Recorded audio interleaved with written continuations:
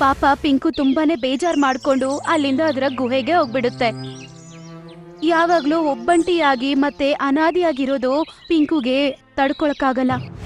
ಒಂದಿನ ಕೋತಿ ಕಿರ್ಚಾಡ್ಕೊಂಡು ಕಾಡೊಳಗಡೆ ಓಡೋಡ್ತಾ ಬರುತ್ತೆ. ಎಲ್ರು ಓಡಿ ಓಡಿ, ಕಾಡಿಗೆ ಬೇಟೆಗಾರ ಬಂದೇನೆ, ನಮ್ಮೆಲ್ಲರ ಜೀವ ಅಪಾಯದಲ್ಲಿದೆ. ಈ ವಿಷಯ ಗೊತ್ತಾದ ಎಲ್ಲಾ ಜಂತುಗಳು ಭಯದಿಂದ ಕಾಡೊಳಗಡೆ ಓಡೋದಕ್ಕೆ ಶುರು ಮಾಡ್ತವೆ. ಬೇಟೆಗಾರ ಕಾಡೊಳಗಡೆ ಬಂದು ನೋಡ್ತಾನೆ, ಅಲ್ಲಿ ಒಂದ್ ಜಂತು ಕೂಡ ಕಾಣಿಸಲ್ಲ. ಅವನ್ಗೆ ತುಂಬಾನೇ ಬೇಜಾರಾಗತ್ತೆ.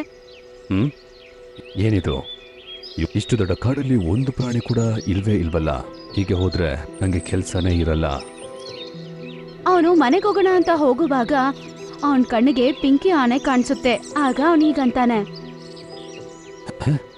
ನಾ ಏನ್ ನೋಡ್ತಾ ಇದ್ದೀನಿ? ಒಂದು ಆನೆನ ನೋಡಿ ಭಯ ಪಡ್ದೆ ನನ್ನ ಪಕ್ಕದಲ್ಲಿ ಬರ್ತಾ ಇದೆ.